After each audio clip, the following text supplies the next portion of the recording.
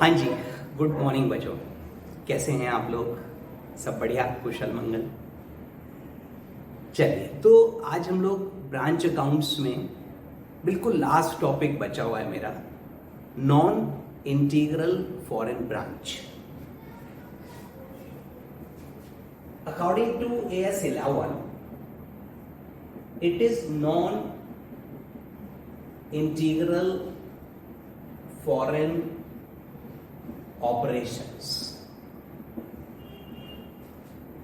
AS 11 में बेटा जो टर्म यूज हुआ है वो है नॉन इंटीग्रल फॉरेन ऑपरेशंस, यानी कि ऐसे फॉरेन ऑपरेशंस जो हेड ऑफिस का, इन्वेस्टिंग एंटरप्राइज का सर इंटीग्रल पार्ट नहीं है, यानी कि branch has autonomy, branch has independence, और ब्रांच अपने ट्रांजेक्शन्स ज़्यादातर खुद करती है, खुद परचेज करती है, हेड ऑफिस से गुड्स सेंड नहीं होती हैं या बहुत कम होती है। ब्रांच अपना कैश का मैनेजमेंट खुद करती है, ब्रांच की अपनी फंडिंग वहीं से हो रही है। तो इस प्रकार की चीज़ें अगर हैं तो that branch is non integral. Anyway, हमें तो बेटा क्वेश्चन कहेगा तो मानेंगे। Non integral foreign operation to be assumed only when question says so. मन से नहीं मानना बेटा, अपनी अकल नहीं लगानी। अभी तक हम लोग जो पढ़ रहे थे that was integral branch. According to AS 11 integral foreign operations, और जब ब्रांच के चैप्टर में आए तो it is integral branch. Okay, integral branch में जो मेन हमारा है वो है difference of translation. Foreign currency को जब हम इंडियन रुपी में या रिपोर्टिंग करेंसी में कन्वर्ट करते हैं तो इसमें और इस सिस्टम में देयर इज अ डिफरेंस। तो वो डिफरेंस को समझना है हमको बेटा, और सर बहुत आसान है। देखिए, तो इट इज की ऑल एसेट्स एंड लाइबिलिटीज, ठीक है, current, non current, monetary, non monetary, मतलब कैसी भी एसेट्स या लाइबिलिटीज हैं, they are to be converted at closing rate। तो देखिए, हम लोग एसेट्स और लाइबिलिटीज को वैसे भी क्लोजिंग रेट पे ही करते थे, उसको हमने क्लोजिंग रेट पे ही किया, राइट। लेकिन फिक्स्ड एसेट्स में डिफरेंस पड़ेगा। सर इंपॉर्टेंटली यहाँ पे जो डिफरेंस होएगा वो फिक्स्ड एसेट्स में होएगा। तो अगर इंटीग्रल और नॉन इंटीग्रल का मैं यहाँ डिफरेंस लिखूं कि भाई क्या फर्क है इन दोनों में, इसमें और इसमें, तो बेटा जो फिक्स्ड एसेट्स है हम लोग इंटीग्रल में किस रेट पे करते थे? Integral means the part of the investing entity, that is our own enterprise. तो in case of integral historical accounting का रेफरेंस लेकर fixed assets were converted using the rate as on the date of purchase of the asset। लेकिन इसमें क्या करेंगे हम लोग? Fixed assets को क्लोजिंग रेट पे करेंगे नॉन इंटीग्रल फॉरेन ऑपरेशंस में, ठीक है। तो जो डेप्रिसिएशन है बेटा वो हमेशा उसी रेट पर होगा जिस रेट पर एसेट डिफरेंस ट्रांसलेट हो रही है। तो फिक्स्ड एसेट्स को क्लोजिंग रेट पर करें, दैट इज अ डिफरेंस। बाकी चीजें तो हम लोग वैसे भी क्लोजिंग पे करते थे। फिक्स्ड एसेट हम लोग ओरिजिनल रेट पे करते थे, but now fixed assets are to be converted using closing rate, so this is a difference. Depreciation भी उसी रेट पर ट्रांसलेट होगा जिस रेट पर आप एसेट्स को ट्रांसलेट कर रहे हो, so that is another difference. Okay, second point sir, second difference ये अभी थोड़ा इधर देखो, जो इनकम एक्सपेंडिचर की आइटम है इनकम एंड एक्सपेंडिचर यानी P&L अकाउंट के items trading PL they are converted using average rate. तो जब एवरेज रेट लेते हो आप तो अपने आप, ये पहले भी यही होता था, लेकिन 3 एक्सेप्शन है। ओपनिंग स्टॉक ओपनिंग रेट पे, क्लोजिंग स्टॉक क्लोजिंग रेट पे, और बेटा depreciation as I just told you कि जिस रेट पर एसेट करोगे तो क्लोजिंग रेट पे। तो ये डिफरेंस हुआ डेप्रिसिएशन और फिक्स्ड एसेट का। वो सेम पॉइंट है बच्चों, और क्लोजिंग रेट पे करना है। इंटीग्रल फॉरेन ऑपरेशन में इसको ओरिजिनल रेट पे, that is a main difference. ठीक है। दूसरा चीज बच्चों, जो डिफरेंस इन एक्सचेंज है, difference in exchange that will arise और we will transfer that difference in exchange to foreign currency translation reserve, foreign currency translation reserve account. तो this is to be shown in balance sheet, जबकि यहां पर जो difference in exchange होता था बच्चों sir इन integral, वो हम P&L में डालते थे। तो डिफरेंस इन एक्सचेंज को बैलेंस शीट में दिखाएंगे foreign currency translation reserve. Okay, अब अगर देखिए क्रेडिट आएगा तो रिजर्व एंड सरप्लस में ले लेंगे, और अगर डेबिट आएगा तो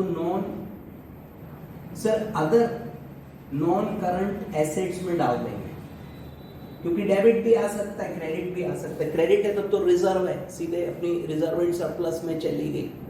और यदि आपका डेबिट बैलेंस आ जाता है, उसमें लॉस आ जाता है, तो we will transfer this to sir foreign currency translation reserve, and we will show this in non-current assets, other non-current assets, जो रेसिडुअरी हेडिंग होता है नॉन करंट एसेट्स में, उसमें डाल देंगे।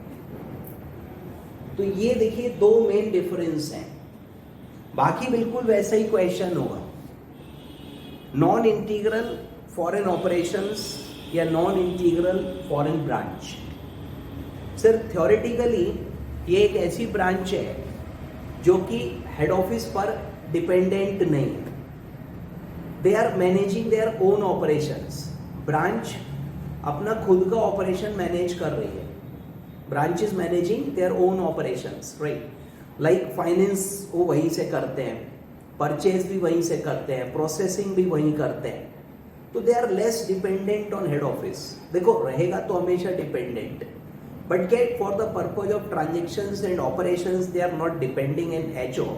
So that branch as per AS11 should be classified as non-integral foreign operations. AS11 uses this term.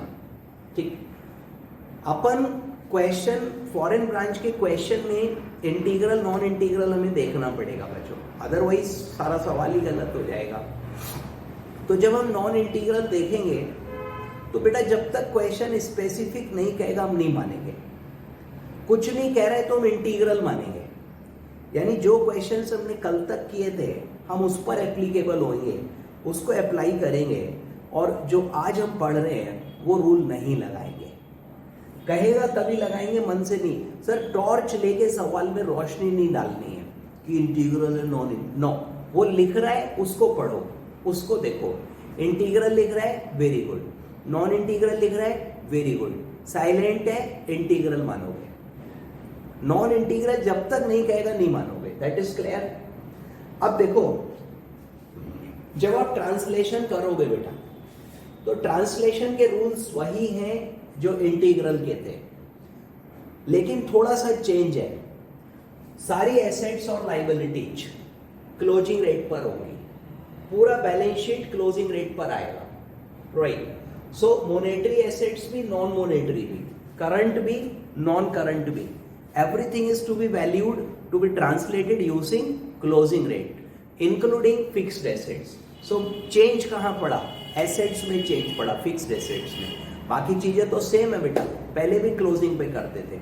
Secondly जितना PL का item है, ट्रेडिंग PL का आइटम है, that will be translated using average rate. However, opening stock opening rate, closing stock closing rate, depreciation closing rate, because assets are converted using closing rate. So depreciation will always be converted using the rate which is being used for conversion of fixed assets. Okay, तो depreciation closing rate पर होगा. तो main difference तो देखो assets और depreciation का ही हुआ बेटा, बाकी तो सेम है. सेकेंडली, जो difference in exchange in trial balance arise होगा, that will not be transferred to P&L account, rather that will be hold in balance sheet. As per AS 11, this difference is hold in balance sheet till the disposal in investment in non-integral foreign operation. मतलब जब कभी भी branch dispose होगी, branch को बेचेंगे या transfer करेंगे, तब ये डिफरेंस खत्म होगा. तब तक ये difference will continue in balance sheet.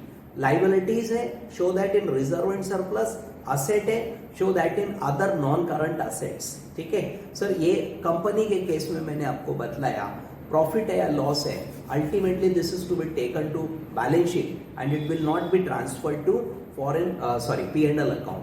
Transfer करेंगे फॉरेन करेंसी ट्रांसलेशन. तो ये अगर आप इतना पोर्शन याद रख लेते हो तो गलत नहीं होगा बच्चों, क्वेश्चन हो जाएगा. अब देखिए, there is one question number 55 on non integral foreign operations. एक ही प्रश्न है बच्चों पूरे असाइनमेंट में, there is only one question. और बेटा मैंने बहुत ढूंढा कि दूसरा कोई सवाल मिल जाए, लेकिन I could not find any other question. ना स्टडी मॉड्यूल में है आपके, ना MTP RTP कहीं पे मिला मुझको. मैंने दूसरे टीचर्स की बुक्स में भी ढूंढा, जो बड़े बड़े नाम है उनकी बुक में 3 क्वेश्चन मिले. एक बहुत बड़े टीचर है बेटा अकाउंट्स के, नाम सबको पता है. उनकी बुक में 3 क्वेश्चन मिले नॉन इंटीग्रल के. पहले उन्होंने क्लास वर्क करके दिया हुआ था, उसमें मिला. फिर एक क्वेश्चन उन्होंने होमवर्क करके दिया था, उसमें मिला.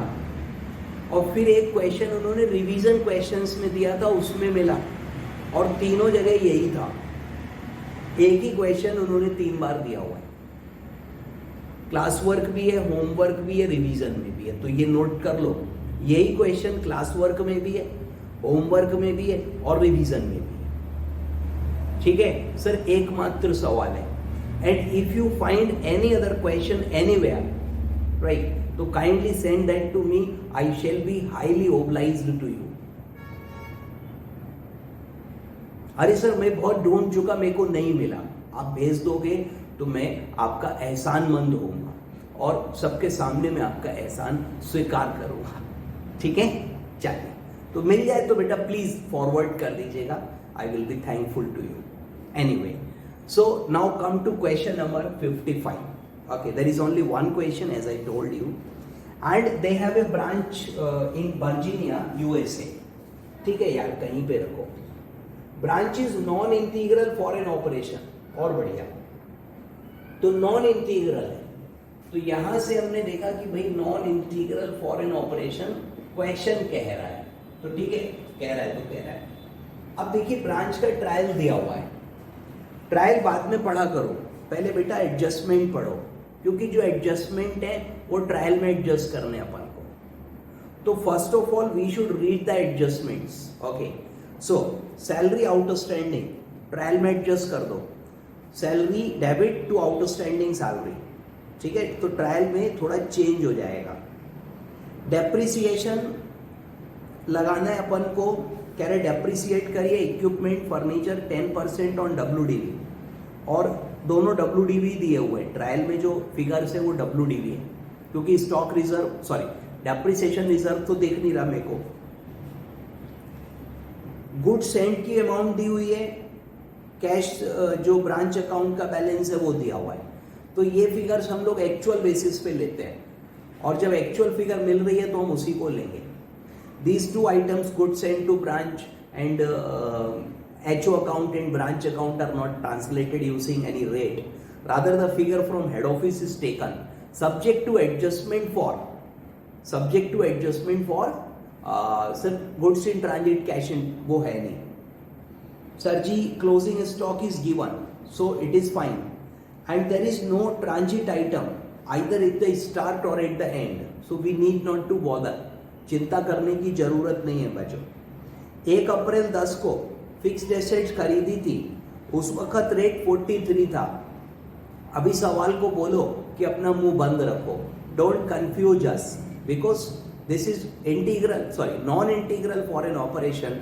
तो fixed asset will be translated using closing rate. उस दिन क्या रेट था, we have to ignore this 43 is given to you for confusing. Closing rate जो दे रखा है बच्चों 1 अप्रैल 11, सर ये ओपनिंग है, सॉरी 47, वो और पीछे का था। 31 मार्च 12 का रेट 50 रुपये है और average is to be taken 45। मजे देखो सर जी, ओपनिंग रेट 47 है, 31 मार्च को दिस इज क्लोजिंग रेट, यो आपका 50 रुपीज है, और जो एवरेज रेट है वो बेटा 45 है। ओपनिंग और क्लोजिंग दोनों से कम है एवरेज, तो sometimes it can happen. Sir opening rate पे रेट ज्यादा था, फिर ड्यूरिंग द ईयर रेट नीचे चला गया, क्लोजिंग रेट पे फिर ऊपर आ गया, तो एवरेज नीचे आ गया। हमें जो दिया है वो सही है, उसमें हमें पंगेबाजी नहीं करनी है, अपनी अकल नहीं लगानी है, और क्वेश्चन बनाने वाले ने लगा रखी है बेटा, तो उन्होंने सही किया हुआ है। So we need not to worry, हमें चिंता करने की आवश्यकता नहीं है। आइए अब कह रहे ट्रायल बैलेंस बनाइए, तो बेटा the first step is trial balance. और अगर आप रिक्वायरमेंट पढ़ोगे तो कहते हैं इनकॉर्पोरेटिंग एडजस्टमेंट। एडजस्टमेंट के नाम पे देखिए, I have 2 adjustment, one is outstanding salary and second one is depreciation, right, there is no other adjustment. अब वो कह रहे हैं ट्रायल बैलेंस इनकॉर्पोरेटिंग एडजस्टमेंट्स, अर्थात आपको एडजस्टमेंट्स को, सर ये लिखा इन ट्रायल बैलेंस इनकॉर्पोरेटिंग एडजस्टमेंट्स, तो ये एडजस्टमेंट्स को ट्रायल में इनकॉर्पोरेट करना है मेरे को, तो इसकी एंट्रीज करूंगा, then I will prepare the trial balance, फिर कन्वर्ट करेंगे उसको, फिर ट्रेडिंग P&L और बैलेंस शीट बनेगी, तो वो बना लेंगे, that is not an issue. Okay, तो बेटा आइए, office equipment the first item, बेटा जितना दिख रहा है उतना नहीं लेना, अच्छा डेप्रिसिएशन लगेगा, 10% बोल रहा है, तो 4800 कम हो गया इसमें, दिस इज 43,200, 43,200, ठीक है। Furniture and fixture, sir furniture and fixture का 3,200 है, वो कॉमा गलत लगा हुआ है, और सर जी एक सेकेंड, 200, 4, 600, 4, 600, 2, 8, 4, 12, 20, 28, 29, या it is 3,200। I was just checking the totals, तो 320 का डेप्रिसिएशन इसमें भी माइनस कर दीजिए। सर 10% लेस करोगे ना, देखो एसेट में ही कम होता है डेप्रिसिएशन, और इसके स्थान पर एक नया आइटम आ जाएगा डेप्रिसिएशन, कितना लगाया, तो 4,800 और 320, 5120। सर ये दोनों का टोटल है, आप अलग अलग कर लो, कोई फर्क थोड़ी पड़ेगा। परचेज 96,000, ऑब्वियसली डॉलर्स में, sales 166,400, goods from HO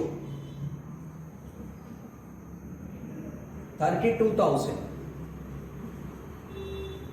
salaries, बेटा सैलरीज में आउटस्टैंडिंग एडजस्ट कर दो $400, तो 3200 और 400 इट इज 3600, और एक नया आइटम आ जाएगा outstanding salaries $400, credit side liability. उसके बाद एक्सपेंस दिए, देखिए carriage inward 400,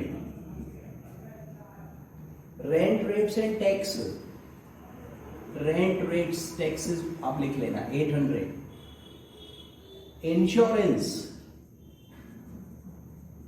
400, trade expense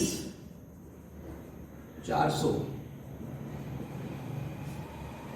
head office account 45,600, sundry debtors creditors 96 और 68 100, बैंक 2000 और बेटा कैश में कितना दे रखा है 400 रुपया, लो $400. So this is our trial balance and tally हो रहा होगा बच्चों, टैली ना होने का कोई मतलब नहीं है उसका कि टैली ना हो. तो देखिए what I did, I just copied the trial balance but after incorporating adjustments. So salaries outstanding मैंने इसमें ले लिया, सैलरीज में ऐड किया, आउटस्टैंडिंग में ऐड किया. अब देखिए जब ट्रांसलेशन होगा तो सैलरी एवरेज रेट पे लगेगी, आउटस्टैंडिंग क्लोजिंग रेट पे लगेगा. तो अगर एंट्री नहीं करूंगा तो मेरा डिफरेंस इन एक्सचेंज भाग जाएगा. Depreciation debit to assets, so assets कम हो गए, डेप्रिसिएशन बढ़ गया. जितना इन दोनों में कम किया उतना बढ़ा लिया. सो ट्रायल के डिसएग्री होने का कोई मीनिंग नहीं है बच्चों. अब देखिए रेट्स ले लेते हैं. तो बेटा फिक्स्ड एसेट्स पे कौन सा रेट लोगे? सर जी क्लोजिंग रेट लेंगे $50 का, और डेप्रिसिएशन पे भी वही रेट लेंगे. सर ये नॉन इंटीग्रल में है, जो एसेट्स है वो क्लोजिंग रेट पर होंगी, ठीक है. परचेज का बेटा एवरेज रेट लेंगे 45, सेल 45, गुड्स फ्रॉम एचओ में रेट नहीं आएगा, एक्चुअल लेंगे. सैलरीज 45, आउटस्टैंडिंग सैलरी बेटा क्लोजिंग 50, ये लाइबिलिटी है. Carriage inward 45, rent 45, insurance 45, trade expense 45, HO actual rate लेंगे. डेटर्स क्रेडिटर्स क्लोजिंग रेट लेंगे, क्लोजिंग इज 50. बैंक और कैश क्लोजिंग रेट लेंगे 50. एसेट्स में क्लोजिंग रेट, लाइबिलिटीज में क्लोजिंग रेट, ट्रेडिंग पी&एल के आइटम्स में सर जी एवरेज रेट. और बस इतना ही काम करना है हमको. तो इसको जब हम ट्रांसलेट करेंगे बेटा तो फिगर्स इन रुपीज आ जाएंगे. ये ब्रांच की करेंसी है, लोकल करेंसी, और रुपीज में जो आएगा वो रिपोर्टिंग करेंसी है. जो हेड ऑफिस की करेंसी होती है that is called reporting currency. तो बेटा कुछ नहीं करना है, मल्टीप्लाई करना है. आइए 43,200 इंटू 50 तो 21,60,000. सर थोड़ा सा आपको बियर करना पड़ेगा, कैलकुलेशन में थोड़ा सा टाइम लगता है. तब तक आप भी बेटा साथ साथ कर लिया करो, है ना. सर 43,20,000 बड़ी बड़ी फिगर है. 74,88.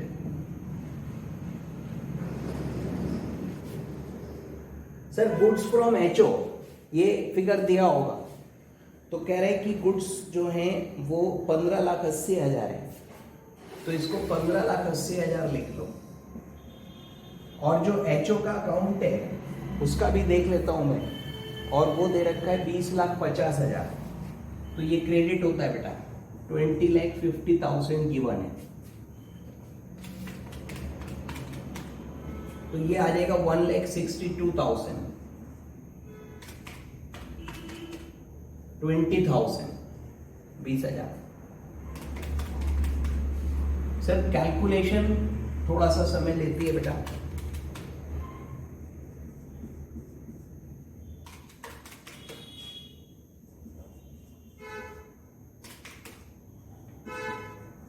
सेम टू सेम है यार. 4,80,000 और 6,800 से करोगे तो 340 आएगा. 2,000 से इट इज 1 लाख, और भैया 400 से इट इज 20,000. तो अब देखिए there must be some difference in exchange, और कुछ ना कुछ तो होगा ही होगा. तो that we have to see. अब पता नहीं किस साइड में आएगा, तो मैं पहले क्रेडिट का टोटल लगा रहा हूँ।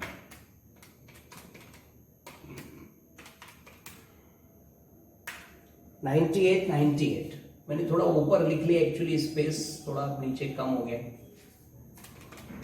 डेबिट का लगाया मैंने,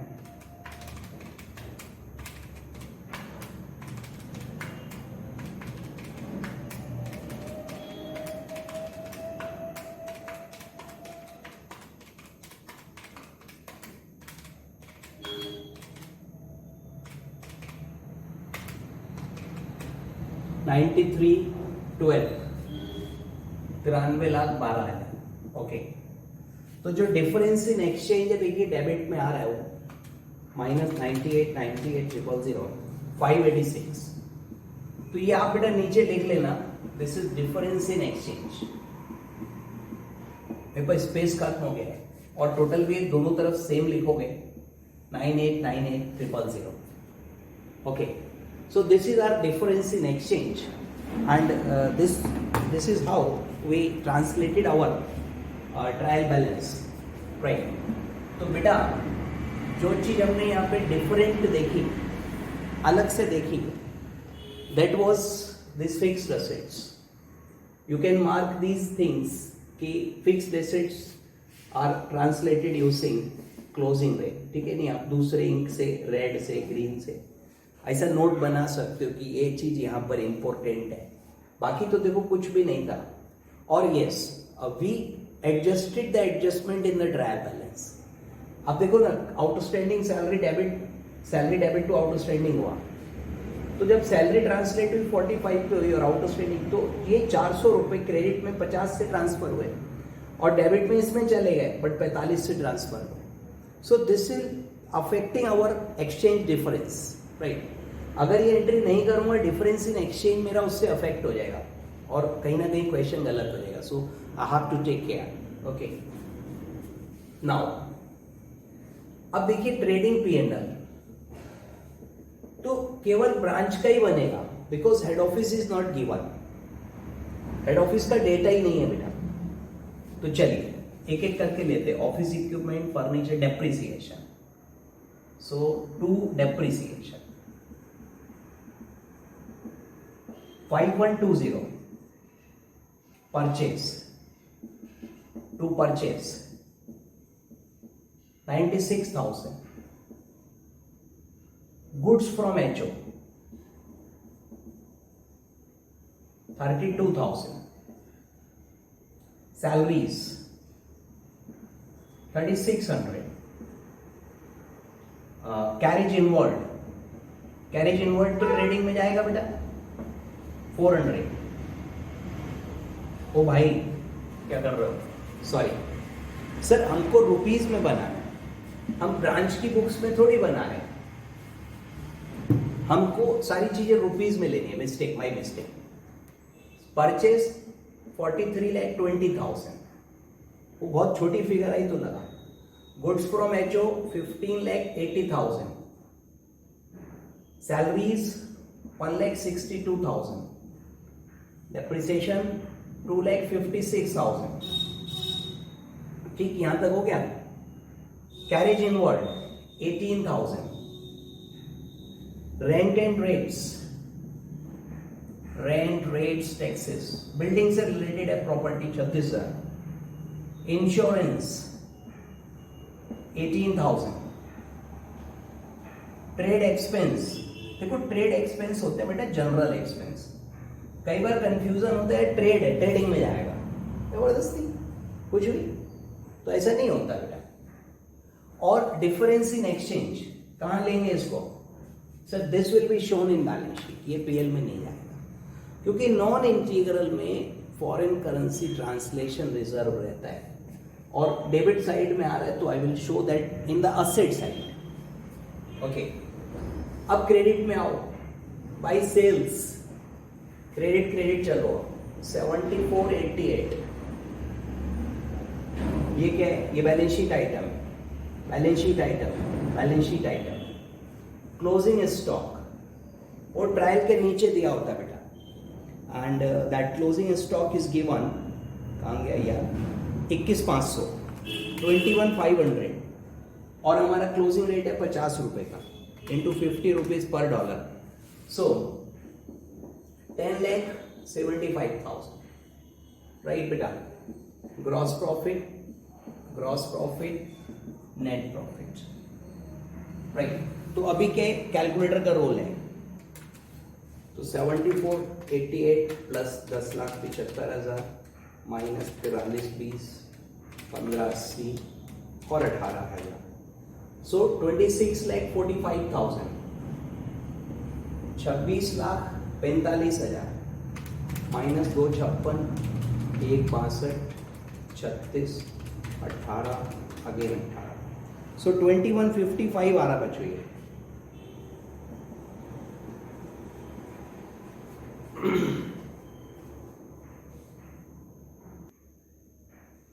तो देखिए ये टैली नहीं हो रहा बेटा, है ना, कुछ छूट गया.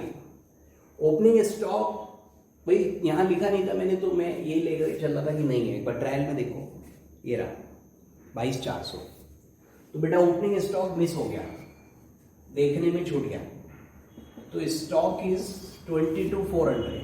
ओके, टोटल लगाते हम लोग तो मिल जाता, पर हमने टोटल लगाया ही नहीं. और ये 47 रुपीज का रेट लगेगा, ओपनिंग पे ओपनिंग रेट लगेगा. तो 22,400 इंटू 47, तो ये आएगा देखिए 10,52,800. ओके, तो ये फिगर आ गई. अभी ये डिफरेंस भागकर इधर आ जाएगा, क्योंकि इतनी बड़ी फिगर मिली है मेरे को, -586. सर वो छूट गया तो छूट गया, अब क्या करें. 466,800.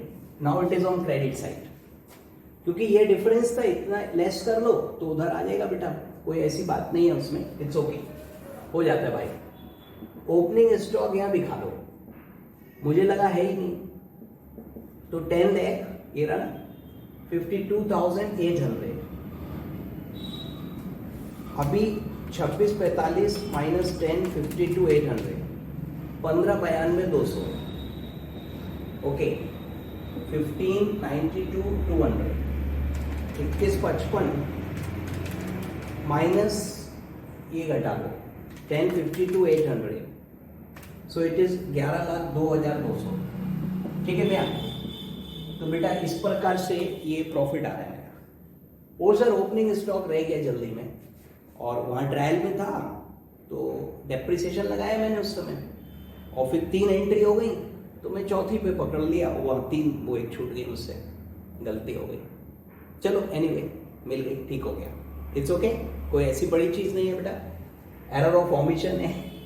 तो ये फिगर ओपनिंग पे कन्वर्ट होगी, ओपनिंग स्टॉक ओपनिंग पे, क्लोजिंग स्टॉक क्लोजिंग पे, बाकी पूरा ट्रेडिंग P&L एवरेज पे, डेप्रिसिएशन क्लोजिंग पे, क्योंकि नॉन इंटीग्रल है. तो ये मेरा ट्रायल हो गया. सर जी डिफरेंस इधर आ गया, टोटल चेंज हो जाएगा, अब डेबिट वाला लगेगा. अब देखिए बैलेंस शीट भी पूछ रहा है शायद क्वेश्चन, तो बैलेंस शीट कैसे बनेगी.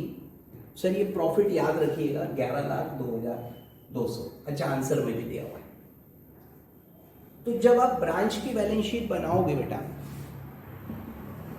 बैलेंस शीट ऑब्वियसली ब्रांच की बनेगी, क्योंकि हेड ऑफिस का तो पता ही नहीं मेरे को, तो वहां पे एचओ अकाउंट आएगा. देखिए ब्रांच के लिए तो एचओ है ना, एचओ खत्म थोड़ी हो गया, और प्रॉफिट उसमें ऐड करेंगे, it will be treated just like capital. तो पहले क्रेडिट चलता हूं, ये डिफरेंस इन एक्सचेंज है. सर डिफरेंस इन एक्सचेंज को हम लोग फॉरेन करेंसी ट्रांसलेशन रिजर्व में दिखाएंगे. सेल्स ट्रेडिंग में आ चुकी, आउटस्टैंडिंग सैलरी 20,000, ठीक है. Head office 20,50,000. नेट प्रॉफिट आप इसमें ऐड कर दीजिए, तो सर जी इधर था 11,02,200 हो गया. तो 20, 30, 31, 52,200. Foreign currency translation reserve 466,800 credit चलिए ना सर जी। ये रह गया क्रेडिटर्स, ट्रेड पेबल्स 340, इसमें कोई फॉर्मेट थोड़ी लगेगा, ऐसे बना लो नॉर्मल।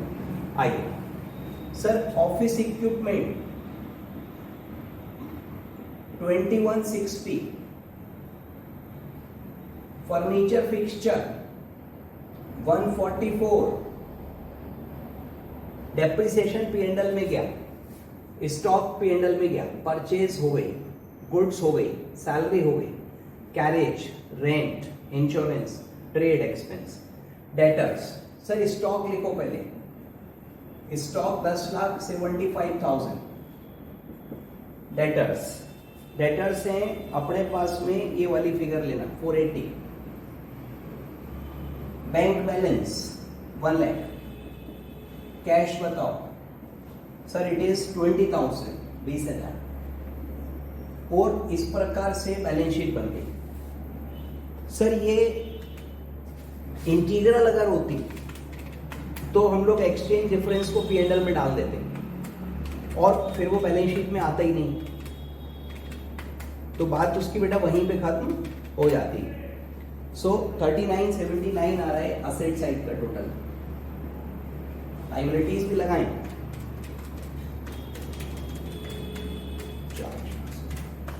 20,000 एंड 340, 3979 टैली हो रहा है। तो जब ब्रांच की बैलेंस शीट बनेगी तो HO will be treated as capital, और दैट इज वाई मैं आपसे शुरू से कहता रहा कि हेड ऑफिस अकाउंट में क्रेडिट बैलेंस होता है।